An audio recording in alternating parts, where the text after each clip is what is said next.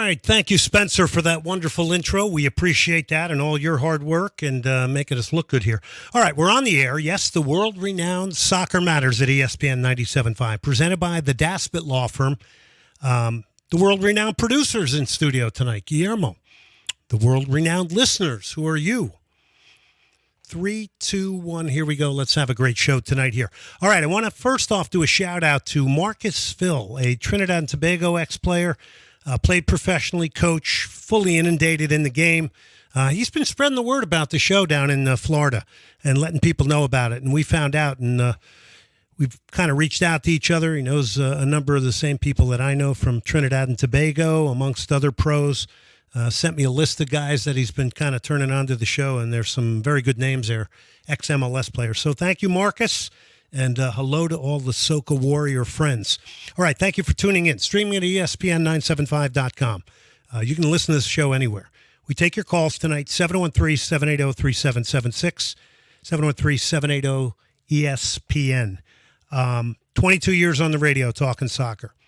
Soccer Matters has proven out its name. Originally, I named the show that because of simply the effect it had on so many people around the world. Now, think about this. This is back in like 2002. And the advancement of MLS, the sport, it's grown exponentially. The emotion it brings, another reason why I use Soccer Matters, because that emotion captures almost every corner of the globe. It's been a lifestyle. It's been a career for me, a pure joy. And I got a lot of people to thank for that. So make no mistake, this is a lot of fun. I love this. And a shout out to everybody who called in last week giving their take on Tuesday night to the question of the week, which I'm putting out again tonight.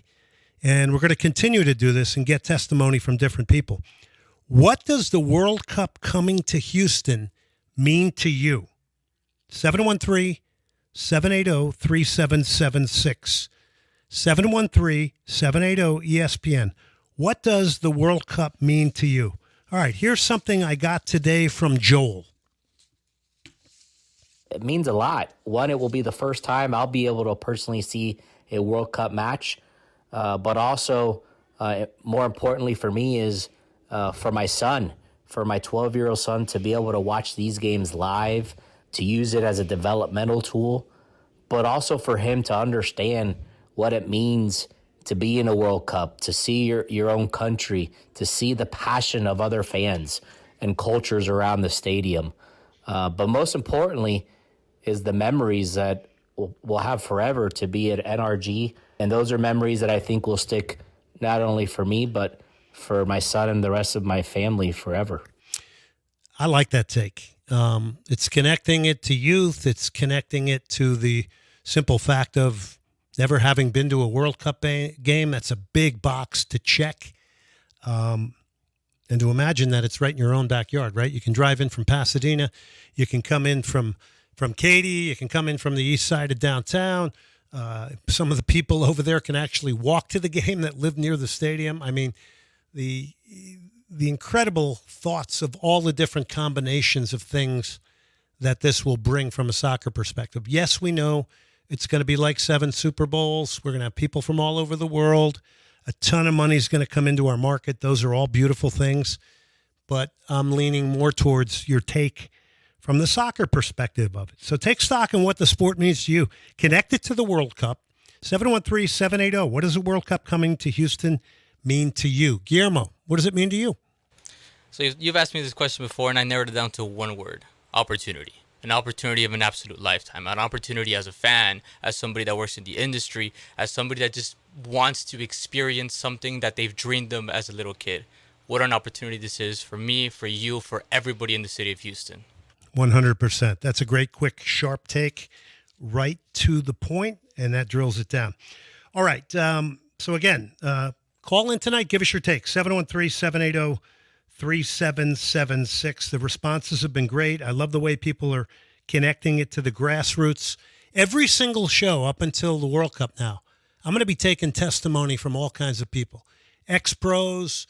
By the way, if you want your testimony on the air, somehow send it to me on ESPN 97.5, or I guess they could find me on social media, right? But all we need is 30 or 40 seconds, no more.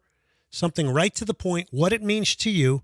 Send us, and we may lead the show off with your soundbite on why Houston getting the World Cup is so important and what it means to you. Anywhere else we could have them go, Guillermo?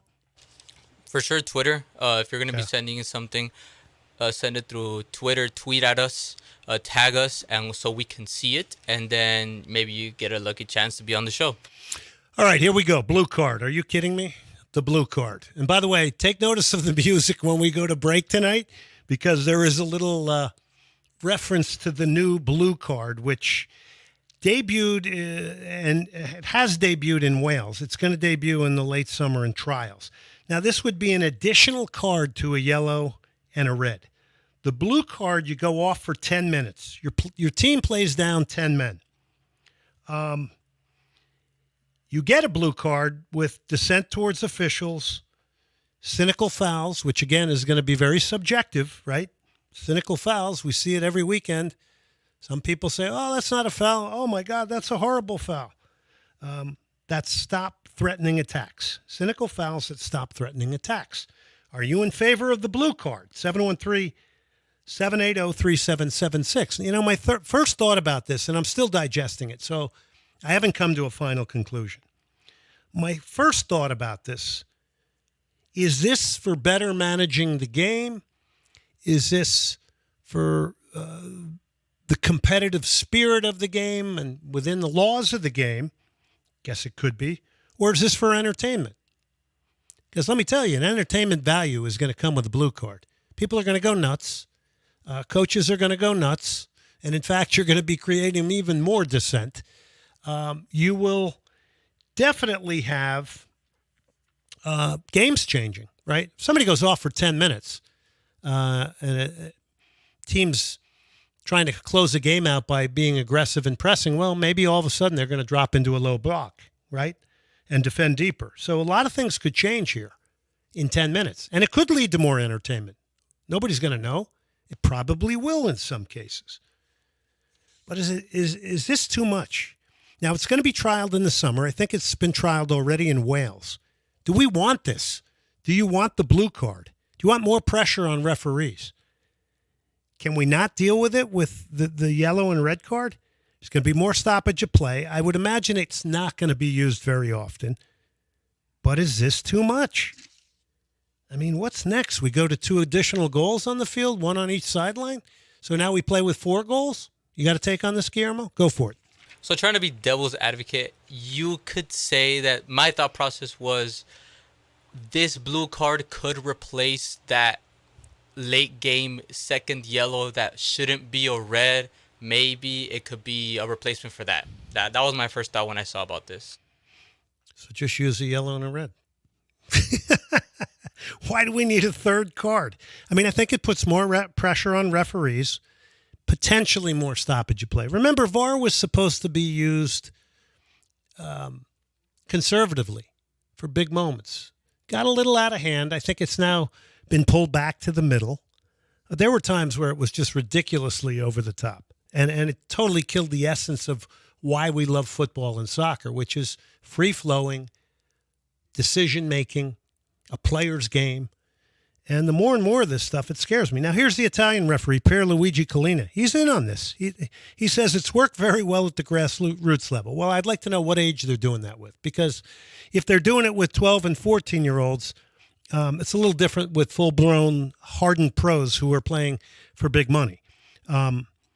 Yeah, they're not pros then. I don't know what the age group was, so I'm kind of maybe going ahead there. Pros are going to lobby and politic. Little kids aren't. Here's another add-on that, frankly, I don't think is needed. I don't think it's needed. It can make things very nebulous. It will still be subjective, by the way, and it will lead to controversy. And don't we have enough already with VAR? I might add that committees. All around the world, we have refereeing committees, all these great former referees like Collina, who was exceptional. And, you know, they're probably pushing for certain things, right? It's no different than politics. And that might be part of their job, that they got to push for things and change things to validate jobs and existence. Same thing might be said for data and analysis. I mean, there's no doubt data and analysis goes over the top. It does. It's still very useful. Don't get me wrong. People should still have jobs, but it's all balance. I just hope we're not sucking the essence out of football, which is the beautiful free-flowing play. And you know what? Somebody out there might say, you're outdated, you're older, this is an old take. I don't think so. I think you have to preserve as well as advance. There's no question. But this is a big one. What's next? 2 additional goals on the field? I mean, where do we go? All right, 713-780-3776. I want to get into Lindsey Horan, the article in The Athletic. Let me just say this. This was healthy. This was a love letter from Lindsey Horan to the sport of soccer, to the game, to the want to return to the game for the U.S. women's national team to be priority. It's not careless, as some are saying. Okay, maybe she shouldn't have used a word or two that made her statement a little bit more inflammatory. And they took that one sentence and it got totally misconstrued because it's out of context. I'm going to put it in context for you tonight, if you're listening to me. It's not careless. In fact, the overseas writers that have done takes on this and pulled her sound, they're missing it. She's pointing out the truth, and we don't often get that now. And that's why I think she's a leader. That's why she's got the qualities of a captain. She wants the U.S. women's national team to move back towards soccer and football and competition being the priority. Because we all know, and I don't care where you lie on this, deep down in your heart, you know this last version of the women's national team at the World Cup, this was not priority. Soccer was not priority, and it got kidnapped by a couple of players and politics. And it was sad, and it made me sad. And it also lost them followers that they need to earn back now. Now, Emma Hayes is a hire. She's a no-nonsense football person. This is a good hire. I think this is going to be great. And with Lindsey Horan talking like this, I think that's great too. But this is leadership. I believe she wanted to get to the priority of this past World Cup team where it became politics over soccer as opposed to competition and winning. That team was taken hostage by a few players. You know it. They were highly self-serving. They were selfish, and people saw it. And I don't care if they have their minions of followers. They're following a person. They're not looking out for the greater good of all. And I thought that's the way we're supposed to be as human beings. So Lindsey Horan, by the way, to put everything in context that she said, okay? And we're going to get to that. Understand this. She went to PSG at 18. So she's in France. She's in a soccer culture where that's priority. French attention to football culture. That's where she is. Her judgment of her game was based on tactics, performance. That's what you're judged on in a soccer country like that. Quote, she said now about the national team, we need more ways to win. Listen, 8 years ago, I know I was on the radio. I know other people were saying this. Maybe more. We warned of this. The rest of the world was going to catch up to the U.S. women's national team. You aren't just going to win by being the most competitive, dominant, physically strong team anymore. Once these great soccer cultures decided to get into the game, invest, and compete,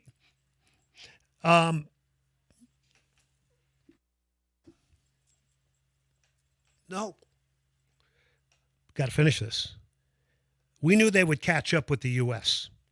So Brazil, Netherlands, Germany early on, Portugal, Spain, and on more investment, knowledge. I mean, the investment into the game, that takes them to the next level. So I'm going to finish this quickly because we are on a hard break, but I want you to listen carefully to this part.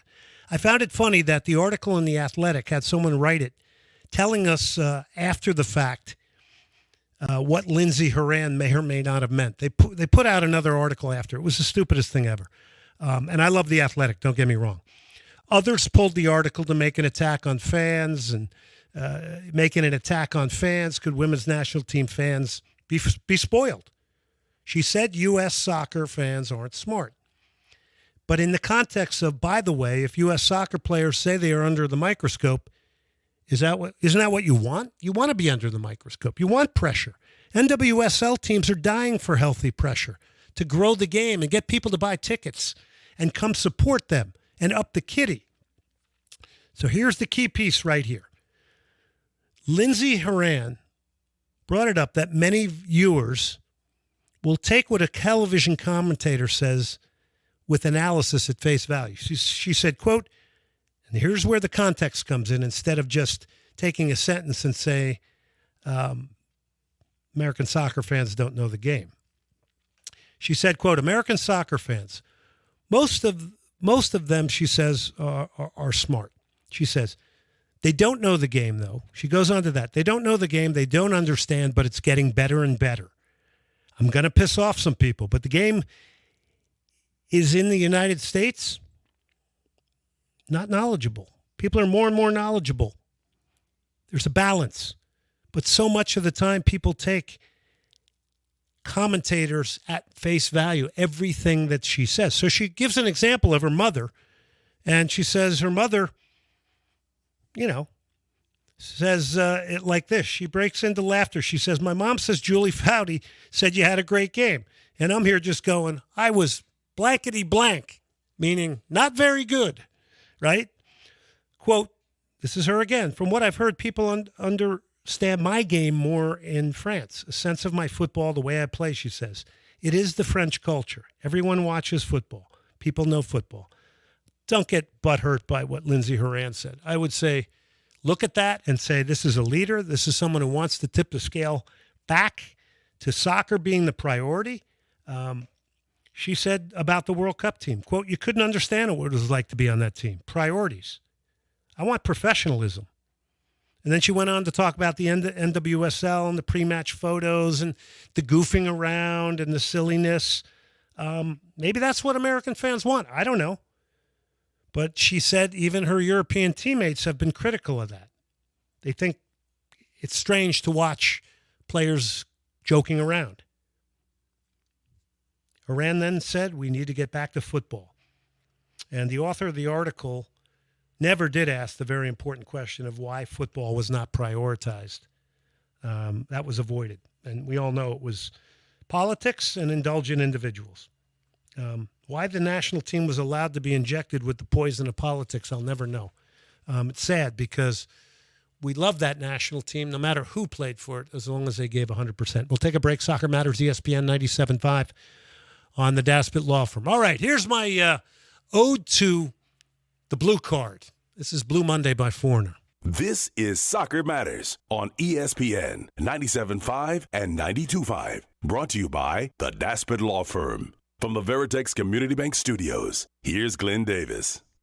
It's huge for the city, getting 7 matches. Think about 7 Super Bowl type events all happening in a short window of time. I don't think our city has ever hosted something this big. Yeah, we've been waiting for years to get this schedule because now you really know what you're dealing with, and to have 5 of the first matches and then to go into the round of 32 and round of 16, that's pretty exciting for Houston, and we were really happy. Great job, Janice Burke, Harris County Sports Authority. 7 games. Now we know what we got coming at us. That's great stuff. All right, welcome back to Soccer Matters, ESPN 97.5, presented by John Daspit and the Daspit Law Firm, daspitlaw.com, 713-CALL-NOW, 713-CALL-NOW. John and his firm, personal injury attorneys, they will handle your case. Hugh O'Connor's Pub out on I-10 is in the Marquee Entertainment Center. I stopped in there yesterday, saw my pal David Roach. Great place to watch. Well, any sporting events, but Liverpool games are always on there, Premier League games, you name it. They've got all the great British pub food. I think their British pub food is second to none in the city. Bangers and mash, fish and chips, all the traditional stuff you get. It is Hugh O'Connor's Pub. So get out there, and we're going to have Ian Veery from the Houston Liverpool Supporters Group on here in the near future. All right, let's go to the African Cup of Nations. A lot of great dramatic stuff, and I know a lot of people aren't watching it. That's prompted me to cover it even more because I just think it's remarkably interesting stuff.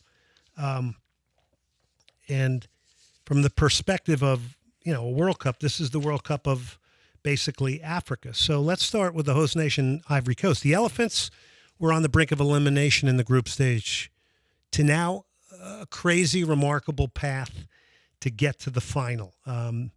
Ivory Coast defeats Congo 1-0. This is the goal from Sebastian Haller in the 65th minute. I think if they get to the final, Radel hangs it back. Haller at the back post. Haller goal! Sebastian Haller. Côte d'Ivoire are in the lead. Côte d'Ivoire, I love that calls. Haller goal. Nothing better than that. By the way, they went 1-2 in the group stage. At that point, they fired their coach. They didn't think they were advancing. The country's going nuts. They added a caretaker coach, Immerse Faye, who's a former player. All of a sudden, not advancing, and everybody, ready to jump off the ledge, if not having already jumped off the ledge. Ghana collapses late in the game, and the Black Stars go out, and it allows the Ivory Coast to advance, and here we are. So now they're in the final. By the way, Sebastian Haller, the guy who scored the goal, interesting story. Born in France, his entire youth international career, he played with French at youth international levels and then switches to the Ivory Coast ultimately, and now he's a national hero for the moment, and they're one game away from winning it all. But the Super Eagles have grown into the tournament. Nigeria defeated South Africa on penalty kicks after a 1-1 draw. All right, so here, 67th minute, William Ekong, who, by the way, outstanding, 67th minute against South Africa from the penalty spot. William Ekong.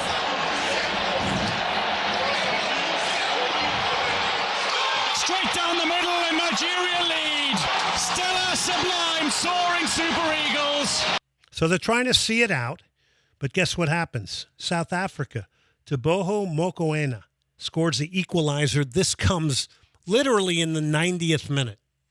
Teboho Mokoena to bring South Africa level from 12 yards out. Nwabali, potentially the Nigerian hero. In the 90th minute, Mokoena strikes firm, he strikes true, and he strikes through the heart of Nigeria. Back on level terms in Bouake. It's 1-1 in the 90th minute. So chances for both teams in the extra time. It goes on to penalty kicks. And guess who gets the winner? Kelechi Iheanacho, who used to be at Manchester City, now at Leicester City. Kelechi Iheanacho, the rampant goal scorer for Nigeria and Leicester City's Foxes. From a couple of steps away against Williams, sends Nigeria into the final at the expense of South Africa. Staggering, stirring, stellar scenes from the Super Eagles. Iheanacho celebrates. It's the subs that have done the work, but Nwabali will be celebrated for his scintillating performance in goal. It's a soaring Super Eagles side that celebrates, and they march on to the final. They're one game away from claiming a fourth title. Nwabali in goal was a beast. That's a great way to describe him, and he could very well be the difference in the final against the Ivory Coast. Here's a Nigerian coach who's Portuguese, Jose Pissarro. The players are happy. They deserve. We deserve. The Nigerian people deserve. The Super Eagles deserve very good victory against a very good team. The best organization belongs to this team, in my opinion. Why? Because they played together. Okay, played together many times. They create more problems for us than the other teams. They defend in down. They go more in. They push, they pressure, they manage the ball with quality. They have players with good quality. This team was difficult to beat them. So both these teams now that are hitting the final are both teams that have grown into the tournament, are growing inches every single game they play. They're ascending, and it's all going to come together on Sunday. And if you don't have it, be in sports is where you got to get it. And we got a lot of Nigerian soccer fans in Houston. I don't know how many we have from the Côte d'Ivoire, 713-780-3776, but we have a lot of Nigerian football fans in Houston. Incredible soccer community. So, Here's a couple of thoughts on Nigeria. William Trostekong, this guy, mature, what a leader, exceptional for the Super Eagles. Victor Osimhen had a moment in that game. Up to that point, had not done a whole lot. Had a moment where he eluded like 3 or 4 guys. He drew the penalty for their first goal. Lookman has been good, has scored a couple of goals for them. And like the commentator said, 4th African Nations Cup title for them potentially on Sunday. But this tournament brings so much of an element of surprise, of the unknown, of a little bit, and I use this a lot, an off-the-rails nature to the way some of these games play out. Craziness, some of it. And it's refreshing because it is a little off the rails. And that makes it exciting. So, as always, Nigeria, now all the politicians come out, right? When you're winning and the cameras, all the politicians get out. They want their moment in front of the camera. They want to be next to the players. These are national teams that people can get around a little bit easier than European national teams. So now you got all the politicians jumping in, and they're super proud of the Super Eagles. And, they're all trying to boost their profile, right? I mean, that's what politicians and people do. And then you think about it and you go, boy, they have had so many corruption problems. This is the time to strike and get some things cemented to improve the professionalism of the Nigerian Football Federation, which ultimately is going to benefit the players. Extract some of this corruption and stupidity and treat the players more professionally, Tell you another thing. People that have the opportunity to be dual citizens, you make it more professional, they may come back and play for Nigeria as opposed to a bigger country, technically in Europe. And I say bigger from the standpoint of professionalism around their national teams. So I don't know. It's different. All right. Cade Cowell had a brace against Forge FC. They're from Canada, the Canadian Premier League. This is CONCACAF Champions League. Full-time, it was 3-1. Here's Cowell, soundbite number 7, talking about the job not done and scoring his first goal for Chivas. Obviously very excited for the moment. Obviously the job's not done yet. We have to come back and take care of one more game, but it was a good start. Definitely a huge relief. Happy to get it now, and such a big tournament. It's my first time playing this, so I'm very excited. Fernando Gago has played him from the start. I mean, off the bench. So they're dropping him into the deep end, which I love. And I loved his comments, Cade Cowell, who comes from the San Jose Earthquakes to Chivas, about the fact that he wanted to be uncomfortable. There is not a single player that you watch, I don't believe, that hasn't gone through disappointment, uncomfortable pieces in soccer. And I guarantee you when Mark Pulisic comes on, Christian Pulisic's father, in the next segment, he's going to talk about the ups and downs of becoming a professional soccer player. We see Christian paroling the fields at AC Milan. And, he's had ups and downs, just like you don't get to that level without him. So we'll talk a little bit about that in the next segment. Then there was Marvin Fletes. This was pretty cool. Real Esteli. This is Nicaragua. Club America had to go to Nicaragua. 47th minute, Fletes scores. Tiro de esquina, viaja este balón, segundo palo, remate.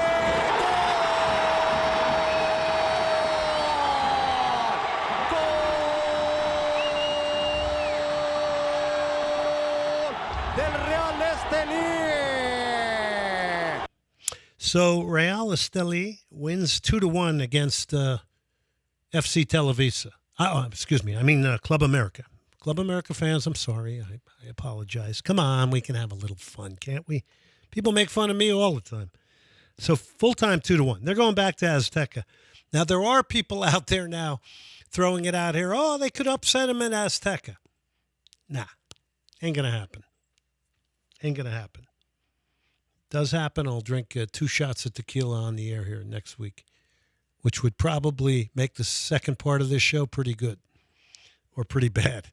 One or the other. So there you go. So that's CONCACAF Champions Cup. Houston Dynamo remain down in Guadalajara. They're going to be making their way back here to Houston. Hard to believe their opening game is coming pretty soon. There's a lot of attention being paid Tisebis Ferreira now in the striker position. You're getting a lot of videos coming out of there, him scoring goals.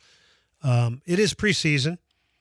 I really like the fact that the Dynamo are trying to build him up, get him back to that position where he scored 13 goals. It's going to be fascinating, interesting. The unknown is right now Hector Herrera's health and Nelson Quinones' health, who got injured playing with the under-23s, because we have the Olympics as well this summer.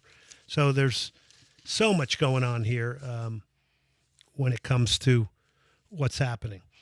All right, Mark Pulisic, the father of Christian Pulisic. He's probably tired of being told, I'm going to give you his background when we come back before I get into the interview with him, because played collegiately, played professionally indoors, got an extensive coaching background. He's got a little similarities to me in that time period, although he's younger than me, that, there were the different leagues, the USL, the ASL, there was these indoor leagues. He also went to Cosmos games, at Giant Stadium, which, what's Giant Stadium called now? Anyway, that's where the World Cup final is going to be. MetLife, sorry. Free plug for MetLife. MetLife, if you'd like to sponsor this show, we're open to discussions. We can talk at 8 a.m. My people will call you. All right, 713-780-3776.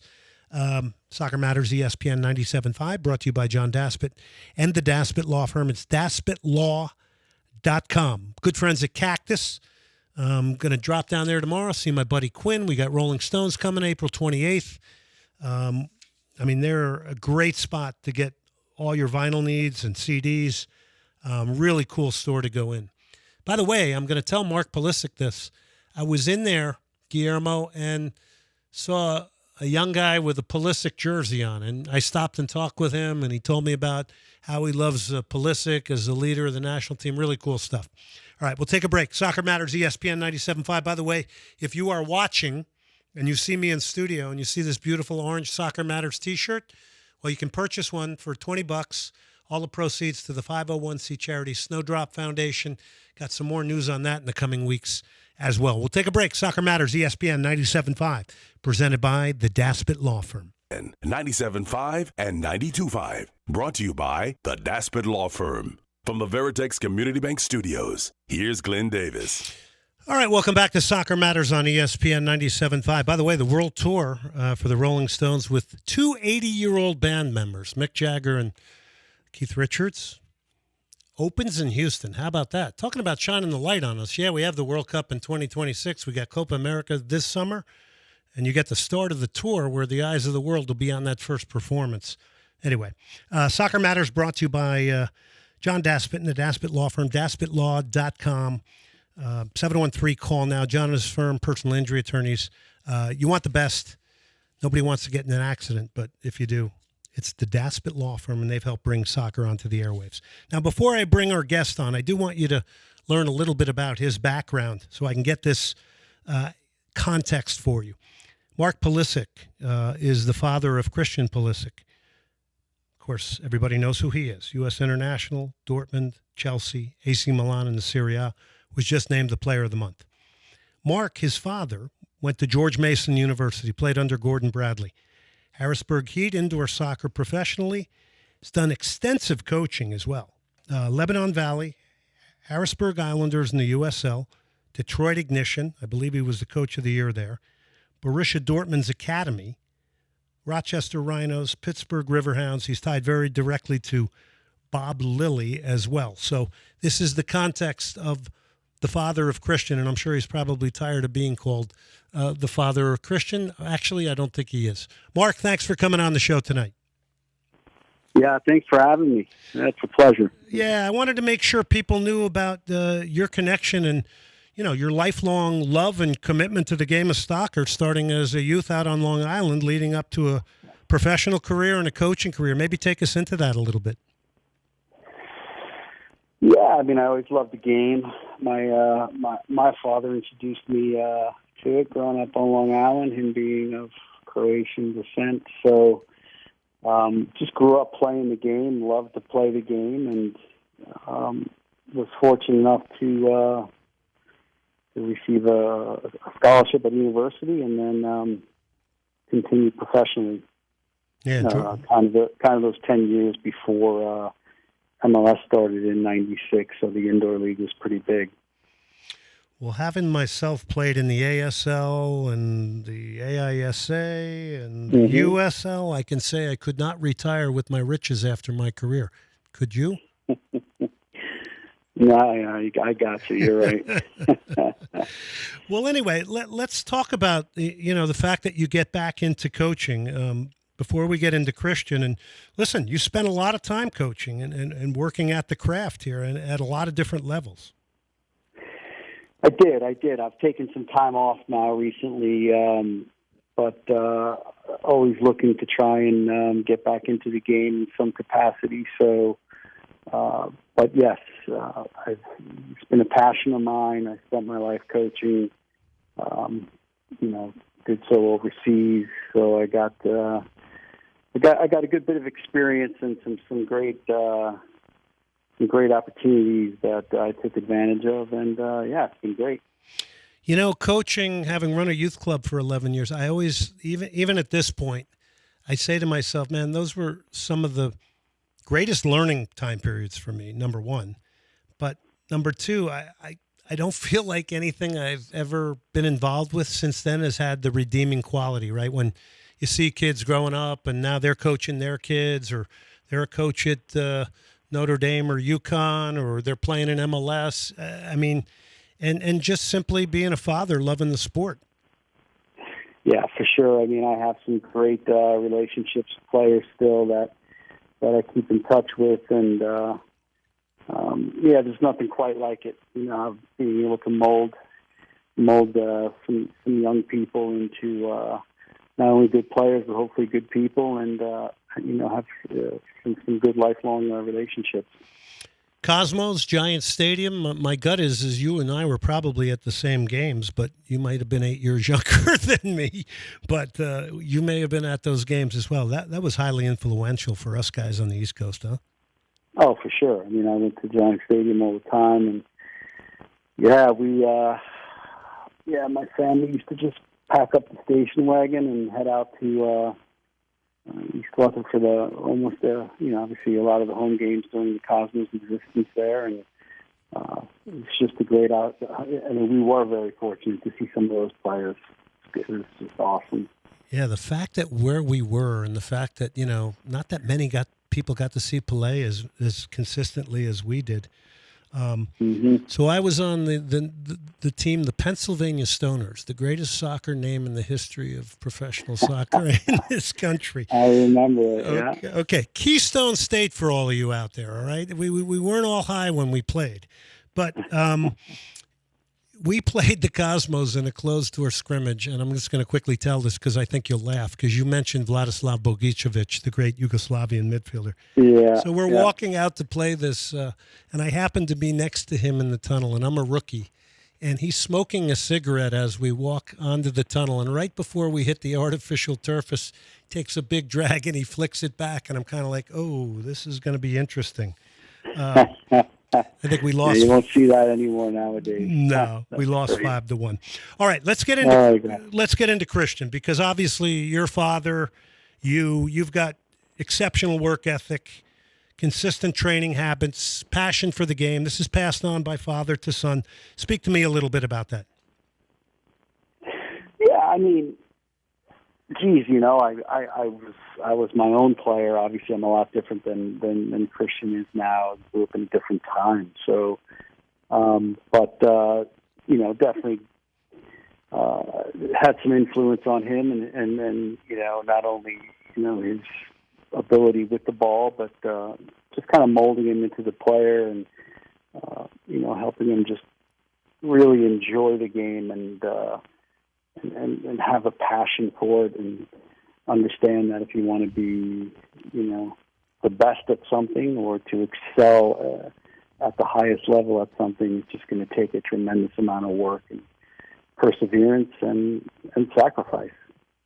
Was that there from the word go with Christian, or was there a time period you saw it just kind of crystallize? No, it was always there. He was young, playing at 5, 6, 7 years old, he just just loved it, and just wanted to win all the time. And if anything, we tried to pump the brakes a little bit and make sure he enjoyed other sports and had other opportunities to go out. And we just wanted to expose him to other sports and other things in life, and made sure he did well in school. And we just never really pushed soccer, even though my wife and I both played. Mark Pulisic joining us here at Soccer Matters, ESPN 97.5, presented by the Daspit Law Firm. I think that's incredible what you just said there for people to listen to, right? Because it is an era of specialization, and it doesn't seem like it was 100% specialization as a youth player for Christian. Yeah, I mean, it's just, you just have to work. You just have to make sure they're enjoying what they're doing, and that's the most important thing. It's just, they need the player that your child needs to be the one who decides they want to go out and knock the ball around and work on the game, and it's difficult. Now in this country, there's so many opportunities, with so many things and so many choices these kids have now. So I think it's important to expose them to a lot of different things, and then they kind of find their own path and passion.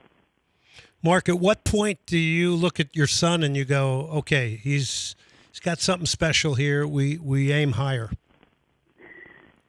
I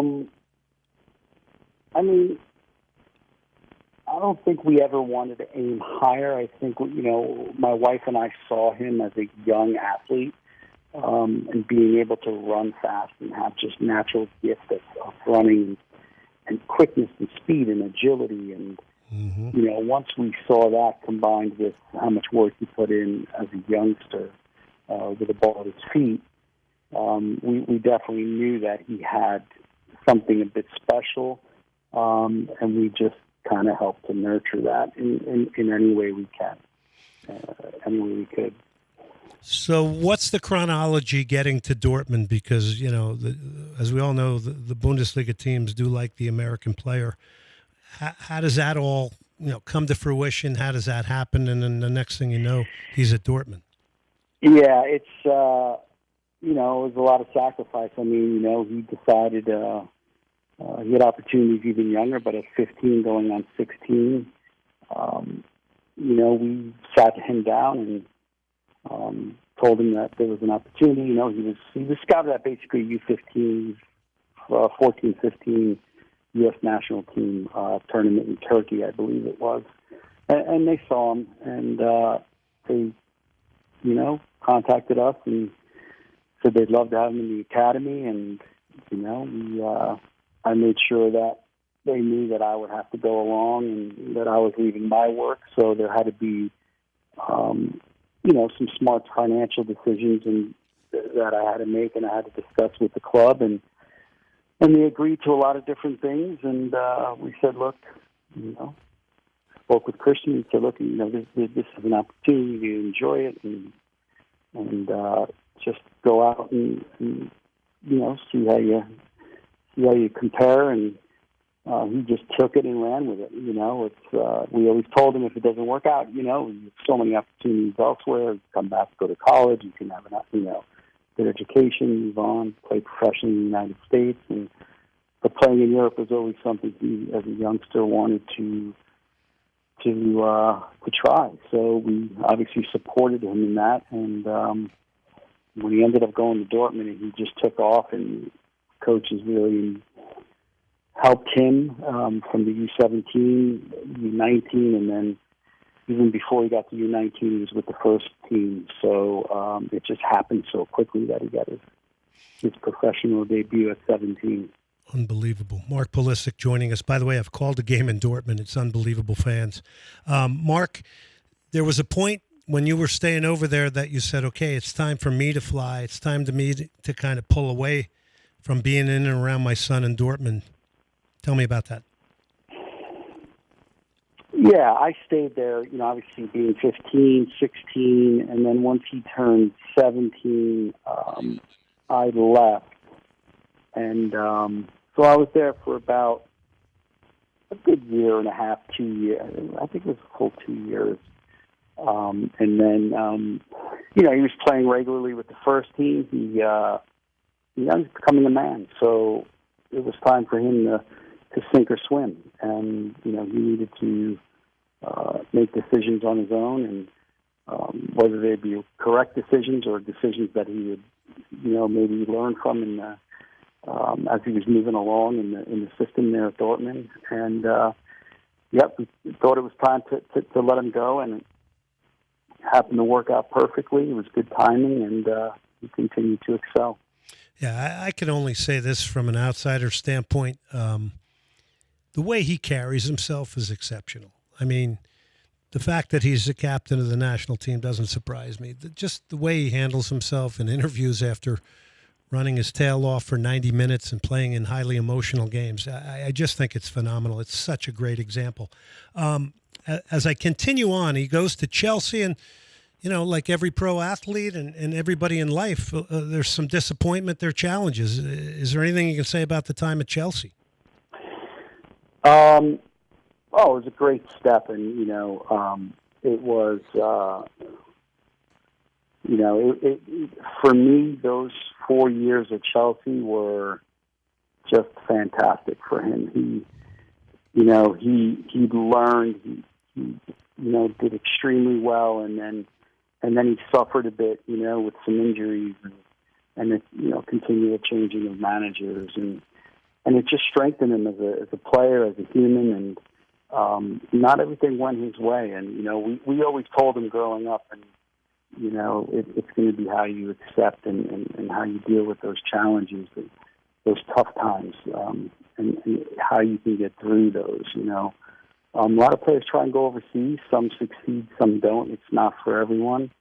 But for sure, going to England and playing in the Premier League was just a massive step for him, and he took it. And ends up winning a Champions League, ends up winning Super Cup, Club World Cup. I mean, I don't think you could look at that, first 2-3 years as anything but an unbelievable success. And, especially that he had such a major role to play in all those, trophies and, Champions League run. I thought his form was very good, and he really was a big part of that run there for the Champions League. And then, unfortunately they changed, with the whole thing with, Abramovich, and they, the Russian-Ukraine thing, Abramovich ends up leaving, and just unfortunately they brought in some owners that just weren't ready to accept or excel in the role that they took over. So now, Mark, it's been so much fun to watch him at Milan. He's been the player of the month. He's consistently dangerous every game.